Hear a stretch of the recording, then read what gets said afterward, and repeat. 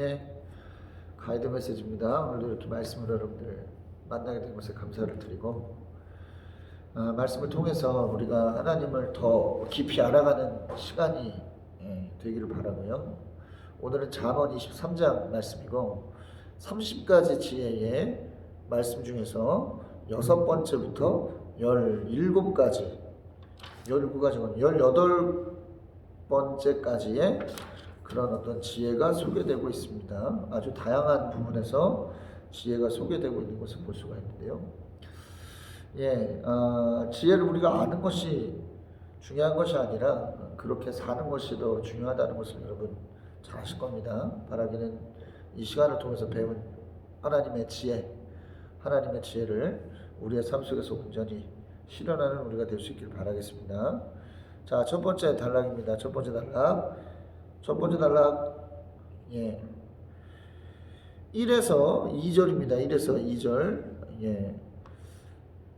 식사입니다. 식사의 지혜입니다. 식사의 지혜.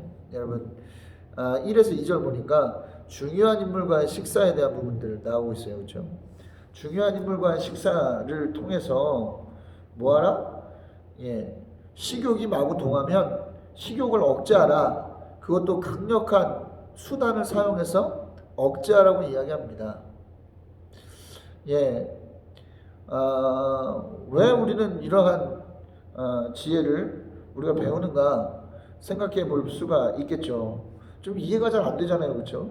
높은 사람과 함께 앉아 음식을 먹게 되면 누가 앉아 있는지를 살펴보고 의식하고 적게 먹어라 뭐 이 얘기인데, 식욕을 절제해라 이런 얘기인데, 뭐 너무 막 개걸스럽게 먹으면, 너무 개걸스럽게 보이면 그 사람 앞에서 너무 좀 탐욕스러워 보이기 때문에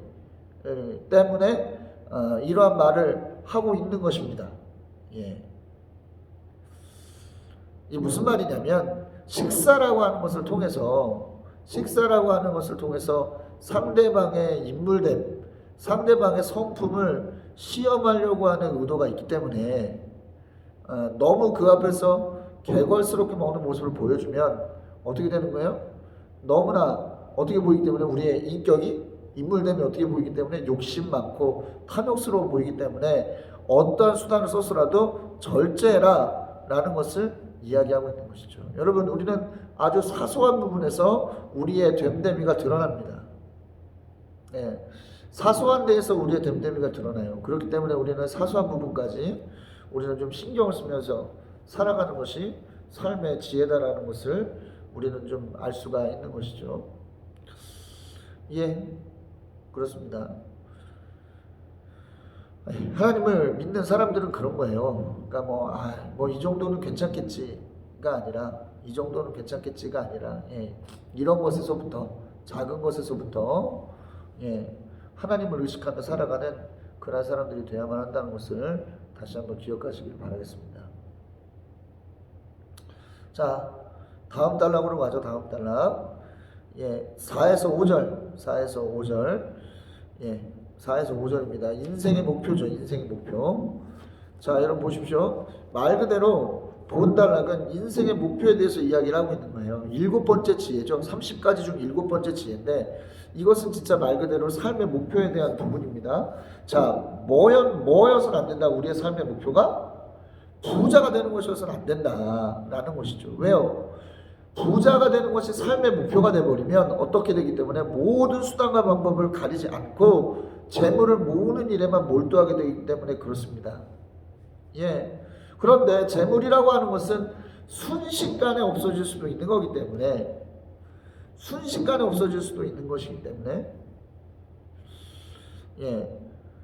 그 순식간에 없어질 것이 우리의 목표여서는 안 된다는 것이죠. 그럼 우리의 목표는 뭐야 되느냐? 바로 예수님이죠. 예수님은 흔들리지 않는 반석이 되시기 때문에 우리가 예수님을 목표로 살아가면 우리의 인생은 어떻게 됩니까? 늘 흔들리지 않고 좌충우돌하지 않는 그런 인생을 살아가게 된다. 더불어서 심판대가 되었을 때 생명을 얻는 그러한 은혜를 경험하게 된다는 것을 여러분 기억하시기 바라겠습니다. 자, 다음 단락으로 넘어가죠. 다음 단락 6에서 8절입니다. 예, 미안합니다. 6에서 8절이에요. 6에서 8절. 자, 인색한 사람입니다. 인색한 사람. 자, 6에서 8절을 보면 인색한 사람에 대해서 이야기하죠. 뭐예요? 인색한 사람의 상에서 먹지 말아라. 그리고 그가 즐기는 맘난 음식을 탐내지 마라. 이야기하고 있는 거예요. 여러분 보세요. 아주 인색한 사람이 우리에게 좋은 음식을 대접한다고 한다면 그건 뭘 의미하겠습니까? 단순한 호의가 아니라는 거예요. 뭔가 의도를 가지고 하는 일이기 때문에 이러한 일이 가능한 것이죠. 겉으로는 호의를 베푸는 것 같지만 실상은 뭔가 꿍꿍이가 있는 행동이라는 거예요. 그 꿍꿍이를 우리가 알게 되면 어떻습니까? 음식이 소화가 되겠어요? 전혀 소화가 되지 않지. 그렇죠? 그리고 우리가 아무리 그 사람을 향해서 좋은 말, 뭐 입에 발린 말, 칭찬의 말, 뭐 아첨의 말을 한다고 하더라도 꿍꿍이가 확인되는 순간 의미가 있겠느냐 이 말이에요. 그저 그냥 먹은 게 막 토가 나올 정도로 힘들고 어려운 그런 순간을 맞이하게 되는 것이죠. 그러니까 여러분 사람의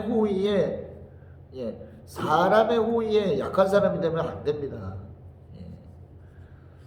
사람의 호의에 약한 사람이 되면 안 돼요. 뭘 잘해준다고, 뭘 우리한테 갖다 주고 잘해준다고, 그 사람한테 마음 홀랑인 게 아니라, 그죠? 그 사람의, 그죠? 사람됨이 뭔가, 나한테 뭔가 의도로 갖고 오는 것이 아닌가, 이런 것들을 볼 수 있는 그런 사람이 돼야 돼요. 뭐 이단들도 이런 부분들을 가지고 장난을 치지 않습니까? 이단들이 제일 처음에 전도할 때 쓰는 방법이 이거지 않습니까? 호의를 베푸는 거예요. 호의를 베푸는 거. 그래서 좀 마음이 열리고 자기가 무슨 말을 해도 반응하는 그러한 순간이 되면 본색을 드러내죠. 본색을 드러냅니다. 이러한 부분들을 우리는 경계할 필요가 있다라는 것을 기억하시기 바라겠어요. 자, 다음 단락으로 가죠. 다음 단락은 9절입니다. 9절 지혜로운 자에게 하는 충고입니다. 지혜로운 자에게 하는 충고. 자, 본 단락을 보면요. 미련한 사람의 귀에는 아무 말도 하지 말라 이야기합니다.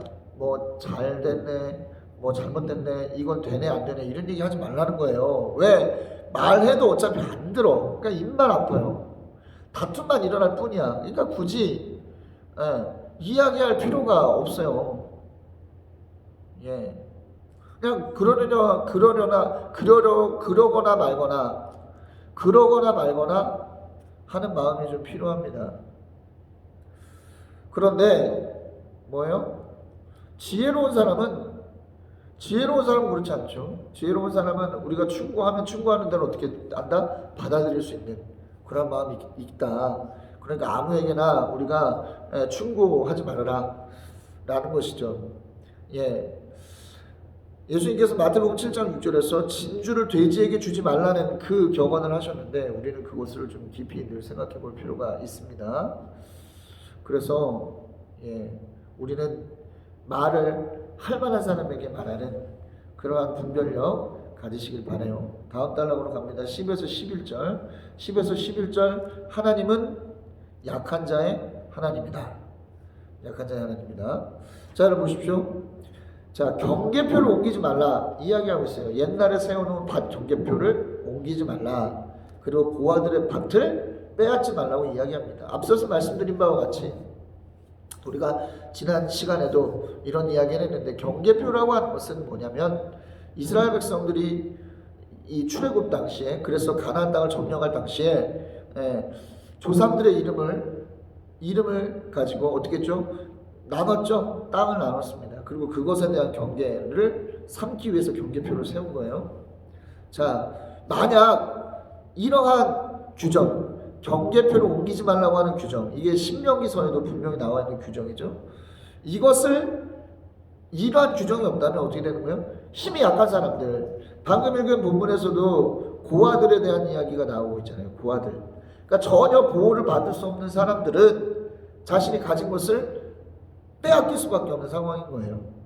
그러니까 하나님께서는 법으로 그렇게 정해 놓으신 거죠. 그런데 하나님께서는 이러한 부분들에 대해서 뭐라고 말씀하시냐면 하나님의 관심은 과부와 고아와 나그네와 같은 약자들에게 있다는 것을 분명하게 말씀하고 있어요.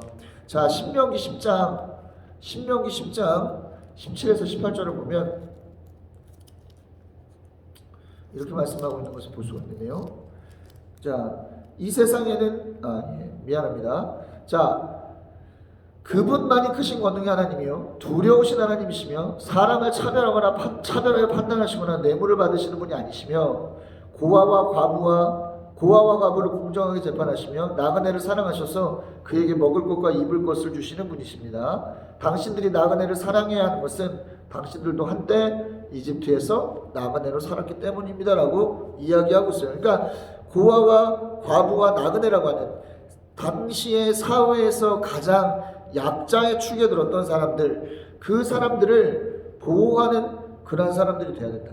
돕는 사람들이 돼야 된다는 것을 말씀하고 있는 거예요. 하나님이 그들의 편이시기 때문에. 그렇기 때문에 우리는 늘 이러한 사람들에 대한 관심을 놓쳐서는 안 되겠고요. 또 한 가지 중요한 것은 자꾸만 우리가 강한 자가 되려고 하면 안 됩니다. 자꾸 우리가 높은 자가 되려고 하면 안 돼요. 어떤 사람이 돼야 됩니까? 우리는 약한 자가 돼야 됩니다. 하나님을 의지하는 약한 자, 하나님의 도우심을 구하는 그런 사람들이 돼야 됩니다. 그래야 하나님께서 우리 삶에 깊숙이 개입하셔서 우리를 도우시고 우리를 보호하시는 은혜를 경험할 수 있다는 것을 기억하시기 바라겠습니다. 자, 다음 단락으로 가죠. 12절입니다. 12절 훈계에 대한 태도입니다. 자, 12절 11번째 지혜죠. 11번째 지혜인데, 자, 뭐라고 이야기하고 있어요? 12절에서 훈계를 너의 마음속에 간직하고 지식이 담긴 말씀에 너의 귀를 기울여라 이야기합니다. 자, 지혜에 관심을 가지라는 거예요. 우리의 관심은 지혜에 있어야 된다.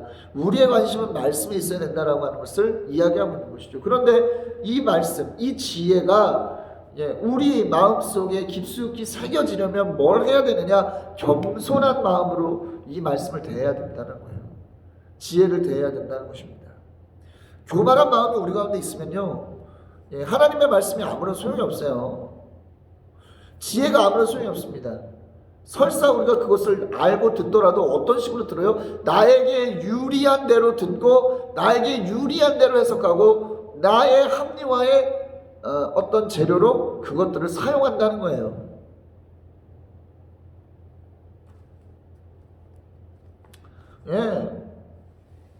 겸손함이 우리 가운데 그래서 필요합니다. 이게 나에게 하신 말씀이구나. 나에게 하신 말씀. 나는 이러한 마음을 갖고 있구나. 이러한 마음으로 지혜를 듣고 이러한 마음으로 지혜를 통해서 우리를 바라볼 때 우리는 지혜가 말하는 대로 정말 지혜로운 사람이 될 수 있음을 기억하시기 바라겠습니다. 자, 다음 단락 13에서 14절 훈계입니다. 훈계. 자, 다시 한번 이 본문에서 뭐라고 이야기하고 있어요?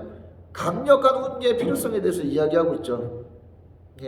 그러면서 14절에서 그에게 매질하는 것이 오히려 그의 목숨을 수월해서 수월이 뭐죠? 수월? 무덤, 죽음을 이야기하는 거예요. 죽음에서 건져낸다라고 이야기하고 있습니다. 물론 이제 입법이 된대요. 자녀를 때리면 어떻게 된다? 입법을 한대. 입법을 한대요. 뭐든지 과정을 보려고 하지 않고 그냥 법으로 다 때려잡으려고 그래요. 법으로 다 때려잡으려고 그래요. 말도 안 되는 거지. 어쨌든 입법이 된다고 합니다. 그래서 이 시대에는 자녀를 때리는 것은 금기시되고 있는 부분이에요. 근데 성경에서는 놀랍게도 때리라고 이야기하고 있죠. 그래서 좀 부딪히는 부분이 있는데 그만큼 강력한 훈계를 하라. 매까지도 감수한 강력한 훈계를 하라고 이야기합니다. 왜요? 바늘도둑이 소도둑되는 거기 때문에. 그렇다는 거예요. 지금은 이 아이가 사소한 부분에서부터 잘못된 일을 할 수 있지만 나중에는 이게 굳어지면 어떻게 되는 거예요? 점점 큰 일에서 이러한 잘못을 할 수 있기 때문에 그의 인성이나 그의 어떤 모든 삶의 어떤 태도나 마음이 잘못된 방향으로 갈 수 있기 때문에 그 싹을 잘라내는 것부터 하라는 것을 이야기하고 있는 겁니다. 자, 강력한 훈계가 필요해요. 자녀들에게는 강력한 훈계가 필요합니다. 예, 오냐 자녀를 모시고 살고 이러한 부분들은 분명히 잘못된 부분이에요. 예, 자녀가 세게 야단맞았다고 해서 부모를 미워하지 않습니다. 예, 자녀가 강하게 훈계를 들었다고 해서 부모를 원망하지 않아요. 예, 그러나 그것이 우리 어떤 감정에서 나온 것이 아니라는 것을 충분히 우리가 또 납득시키고 또 안아주고 하는 과정이 필요하지만 어쨌든 훈계했다고 해서 자녀들이 그렇게 생각하지 않습니다. 오히려 훈계하지 않을 때 무관심으로 생각하죠. 경계하지 않을 때 그것을 무관심으로 생각하게 된다는 것을 여러분 기억하시면서 강력한 훈계의 필요성을 여러분 깨달으시기 바랍니다. 이 목사도 그래요. 사실 성도들이 이렇게 잘못된 행동, 하나님 말씀에 맞지 않는 어떤 그런 행동을 한다고 하면 그 부분에 대해서 아주 강력하게 이야기할 때가 있죠. 이야기할 때가 있어요. 근데 성도들은 그것을 원치 않죠. 왜? 말 들으면 별로 안 좋으니까, 기분 안 좋으니까. 그러나 그래서 교회 안에서 이러한 훈련자로서의 어떤 그런 목회자의 사명이 많이 좀 없어졌어요. 그래서 격려자, 위로자로서의 어떤 목회자만 남았습니다. 그러나 그래서는 안 돼요. 그런 교회는 온전한 어떤 그런 토대 위에 설 수 없습니다. 때로는 잘못된 길로 간다면, 또 아닌 방향으로 간다면 때로는 강력한 훈계도 필요한 거예요. 그래야 그가 정신을 차리고 올바른 방향으로 갈 수 있지. 그런데 우리 개수적으로 하는 말입니다만, 훈계했을 때 듣는 사람이 있고 훈계했을 때 듣지 않는 사람이 있어요. 그거 어쩔 수 없는 거야. 그거 어쩔 수 없는 겁니다. 어쩔 수 없는 거지. 그렇다고 해서 뭐 우리가 하나님께서 하나님 앞에서 해야 될 일을 하지 않고 넘어갈 수는 없는 거 아니겠습니까? 어쨌든 이러한 개념들이 있다는 것을 여러분 기억하시고, 여러분들이 리더가 되었을 때도 마찬가지예요. 섬긴다고 하는 것은 그저 다 오케이 하는 것이 섬기는 게 아닙니다. 진정한 섬김은요, 바른 길로 가도록 해주는 게 섬김이에요. 말씀대로 가도록 하는 것이 섬김입니다. 그것을 늘 기억하시는 여러분들 되시기를 다시 한번 바라겠습니다. 강력하게 바라겠습니다. 자, 13번째 15에서 16절 지혜는 드러난다입니다. 지혜는 드러난다. 15에서 16절 보면 아이들에게 하는 권면이 나오죠. 뭐라고 이야기합니까? 너의 마음이 지혜로우면 나의 마음도 또한 즐겁다. 왜? 이 아이의 입에서 어떤 말이 나와요? 옳은 말, 지혜로운 말이 나오면 듣는 사람이 속이 후련해지잖아. 자녀의 마음속에 지혜가 가득 찬 것이 그의 입으로 드러나고 그것을 부모가 확인하면 얼마나 속이 후련해집니까? 마음이 아주 시원해지죠. 그렇기 때문에 자녀들에게 지혜를 가르치는 일을 계속적으로 해야 돼요. 포기하지 않고 해야 됩니다. 그런 부분이 있어요. 좀 신기한 게, 저도 그래요. 우리 집 영민이 보면 어디 가나 하나님에 대한 이야기를 하고, 어디 가나 예수님의 이야기를 하고, 어디 가나 그런 얘기를 해. 어린애가. 그러면 마음에 좀 안심이 돼요. 아, 그래, 제가 그래도 예수님을 믿고, 그래도 예수님 생각하면서 살아가는구나. 마음이 좀 안심이 오고 후련해지지. 바로 이런 것을 의미하는 거예요. 여러분, 좋은 부모가 된다는 것은 자녀들에게 지혜를 가르치는 겁니다. 지혜를. 하나님의 말씀에서 나오는 지혜를 가르치는 것이 진짜 좋은 부모예요. 세상에서 어떻게 하면 성공할 수 있는가, 세상에서 어떻게 하면 많은 돈을 벌 수 있는가를 가르치는 것이 진짜 좋은 부모가 아니라는 것을 여러분 분명히 기억하십시오. 그리고 열심히 지혜를 가르치다 보면 자녀들의 입에서 여러분들의 마음을 후련하게 해주는 그러한 이야기를 반드시 듣게 될 것입니다. 이러한 은혜를 경험하신 여러분들 또한 되시기 바라겠습니다.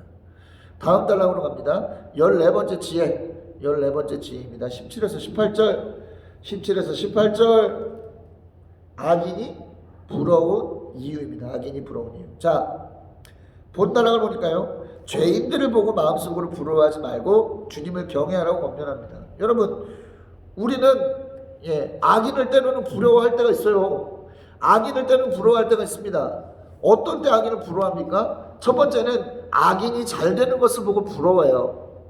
어머, 쟤들은 교회도 안 다니는데, 어머, 쟤들은 하나님 믿지도 않는데, 오, 너무 잘 돼. 사업도 잘 되고, 뭐 자식도 잘 되고, 야, 돈도 많네. 그럼 또 뭘로 이어져요? 오이씨, 나는 뭐야? 나는 하나님 잘 믿고 나는 최선을 다하는데 나는 뭐야? 이런 생각을 하죠. 또 두 번째는 뭐예요? 악인이 편안한 삶을 살 때 우리는 어떤 생각을 한다? 부럽다. 왜? 자기들 하고 싶은 대로 살아. 자기들 뭐 먹고 싶은 거 다 먹고 만나고 싶은 사람 다 만나고 가고 싶은 데 다 가요. 근데 뭐 성도들은 어때요? 아, 이건 먹으면 안 되고 또 이건 하면 안 되고 뭐 제약이 많아요. 그러니까 때로는 우리는 악인을 부러워할 때가 있다는 거죠. 그래서 주님을 경외하며 살아가는 것에 대한 후회를 할 때가 있습니다. 그러나 여러분, 이건 부러워할 게 아니에요. 왜냐하면 결과가 다르게 돼 있어. 왜? 심판이 있기 때문에, 반드시 약속한 때에 심판이 있기 때문에 결과가 달라요.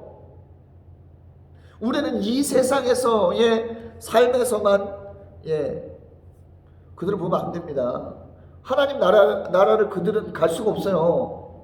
심판을 받고 결국엔 지옥으로 가게 돼 있어. 그러니까 부러워할 필요가 없습니다, 여러분. 그렇기 때문에 우리는 더욱더 하나님을 경외하는 삶을 살아야죠. 왜? 결국에는 그 진가가 드러나기 때문에 라는 것을 여러분 다시 한번 기억하시기 바라겠습니다.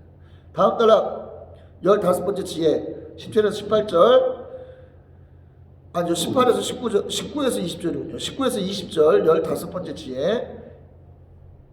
19에서 21절, 19에서 21절 15번째 지혜. 사람을 가려서 사겨라. 사람을 가려서 사겨라 합니다. 자, 여러분, 솔로몬이 다시 한번 자녀들에게 말하고 있죠.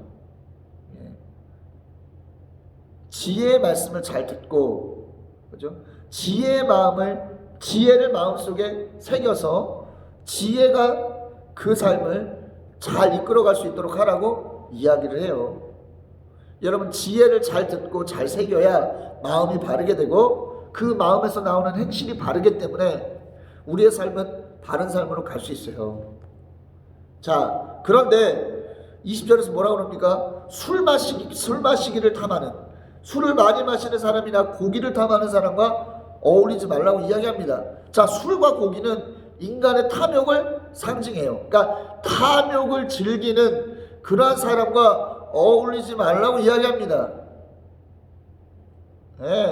왜? 이러한 사람들은 뭐예요? 재산을 탕진하고 누더기를 걸치게 되기 때문에 결국엔 망하게 되기 때문이라는 거죠. 여러분, 탐욕은 마음을 병들게 하고 죄의 결과를 낳습니다. 그리고 결국엔 사방으로 가게 되어 있어요. 망하게 된다 이 말입니다. 당장은 좋아 보여. 당장은 좋아 보입니다. 당장은 그것이 재밌는 삶 같아. 그런데 결국에는 그러한 삶의 결과를 얻게 된다는 거예요. 여러분, 잠언은 계속 얘기하죠. 우리가 누구와 어울리느냐에 따라서 우리의 삶의 내용이 달라질 수 있다.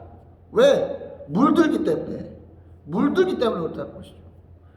여러분, 술 취하고 탐욕에 빠져 있는 그러한 사람과 어울리지 마십시오. 늘 말씀과 가까이 하고 말씀 안에서 몸부림치는 사람과 사귀기를 즐겨가십시오. 그러면 여러분들도 그들과 같이 날마다 그런 삶을 살게 되고 그것을 통해서 여러분들 하나님께서 주시는 놀라운 은혜들을 경험하게 된다는 것을, 인생의 결과가 달라진다는 것을 여러분 기억하시기 바라겠습니다. 자, 다음 단락으로 넘어가죠. 20에서 25절입니다. 16번째 지혜, 16번째 지혜, 부모를 경외하는 것입니다. 부모를 경외하는 거예요. 자, 부모를 경외하라고 이야기해요. 부모를 경외하라고 이야기합니다. 자, 또 부모를 즐겁게 하라고 이야기를 해요. 네, 즐겁게 하라. 근데 부모가 언제 즐거워합니까? 우리가 지혜로운 자녀가 될 때, 지혜로운 자녀가 될 때 부모가 즐거워할 수 있다는 거죠. 진정한 부모 경외는 뭐예요? 우리가 하나님의 말씀을 통해서 뭐죠? 지혜로운 삶을 살아가게 될 때, 그것이 진짜 진정한 부모 공경이라고 하는 것을 이 말씀을 통해서 우리는 알 수가 있는 겁니다. 그렇기 때문에 뭐 하라는 거예요? 진리를 사들여라. 그죠? 대가를 지불하고 지혜를 배우는 일을 망설이지 말라고 이야기하고 있는 것이고요. 그러나 팔지는 마라. 뭐 하라는 거예요? 지혜를 쌓아놓고 지혜를 소중하게 여겨야지 그것을 하찮게 여기지 말라라는 것을 이야기하고 있는 겁니다. 여러분, 지혜를 소중히 여기십시오. 하나님의 말씀을 소중하게 여기세요. 그것이 여러분들을 변화시키고 그 여러분들의 변화된 삶이 부모를 기쁘게 하는, 부모를 기쁘게 하는, 부모를 공경하는 시작이고 출발이 된다는 것을 여러분 강력하게 기억하시기 바라겠습니다. 자, 다음 단락 26에서 28절입니다. 26에서 28절, 여자입니다. 여자, 음란한 여자. 여러분, 음란한 여자가 다시 나와요. 오랜만에 다시 나오는데, 자, 음란한 여자는 깊은 구렁이라고 이야기하고 부정한 여자는 좁은 함정이다라고 이야기를 합니다. 왜? 그녀는 강도처럼 남자를 노리고 있다가 숱한 남자를 변절자, 망하게 만드는 그러한 여자이기 때문이라는 것이죠. 여러분, 이것은요, 음란한 여자라고 하는 것은요, 우리의 육체의 욕구를 이야기하는 거예요. 그러니까 우리는 육체의 욕구를 따라 살면 안 된다는 거예요. 육체의 욕구를 따라 살면 결국 우리가 경험할 것은 죽음밖에 없다. 지혜를 따라라, 진리를 따라라 라는 것을 다시 한번 강력하게 말씀하고 있다는 것을 여러분 기억하시기 바라겠습니다. 자, 마지막 단락입니다. 마지막 단락 18번째 지혜, 29에서 35절, 술의 위험성입니다. 술의 위험성. 자, 여러분, 다시 한번 술에 대해서 나와요. 술에 대해서 나와요. 여러분, 술은 우리의 이성을 마비시키고 우리의 감각을 마비시키죠. 그렇기 때문에 뭐예요? 까닭 없이 다투게 되고, 또 뭐예요? 맞아도 아픈 줄 몰라. 그런 상태에 빠져요. 술이 그래서 위험한 겁니다. 술에 탐닉하면 지혜가 결코 우리 안에서 발휘될 수 없어요. 그렇기 때문에 31절 보면 뭐라고 이야기합니까? 술을 쳐다도 보지 마라 이야기하고 있어요. 쳐다도 보지 마라. 왜? 술은 지혜를 소유하게 하지 못하기 때문에, 드러나게 하지 못하기 때문에 그렇다는 거예요. 술은 우리를 방탕과 어리석음에 계속 머물게 합니다. 35절 보세요.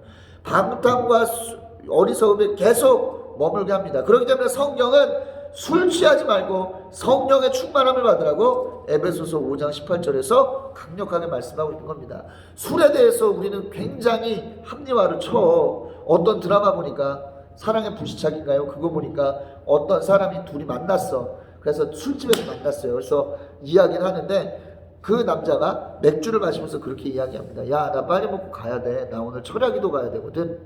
이래요. 나 깜짝 놀랐어. 아니, 철야기도나 갈 사람이, 철야기도까지 가는 사람이 술을 그렇게 즐기게 묘사가 된다? 이거 아니지. 언제부턴가 세상 사람들도 야, 믿는 사람들은 술을 마시는구나, 믿는 사람들도 술을 즐기는구나, 이런 생각을 한다니까요. 과거엔 그러지 않았어. 우리 믿음의 선배들은요, 이 술의 문제에 대해서 절대로 합리화하거나 절대로 그런 부분들을 관대하게 생각하지 않았어요. 철저하게 지켰습니다. 그러니까 애초에 사람들이 교회 다니는 사람들은 술 안 먹는구나, 이런 생각을 갖고 있었단 말이죠. 근데 자꾸 합리화해요. 이 시대가 자꾸만. 우리 스스로가 합리화한다니까. 괜찮대. 한 잔은 괜찮아. 두 잔은 괜찮아. 술 취하지 말라고 그랬으니까 취하기 전까지는 괜찮아. 여러분 맥주 한 잔 마셔도요, 음주부 기준에 따르면 그거 술 취한 걸로 봅니다. 이런저런 모양으로 합리화하면 안 되는 거예요.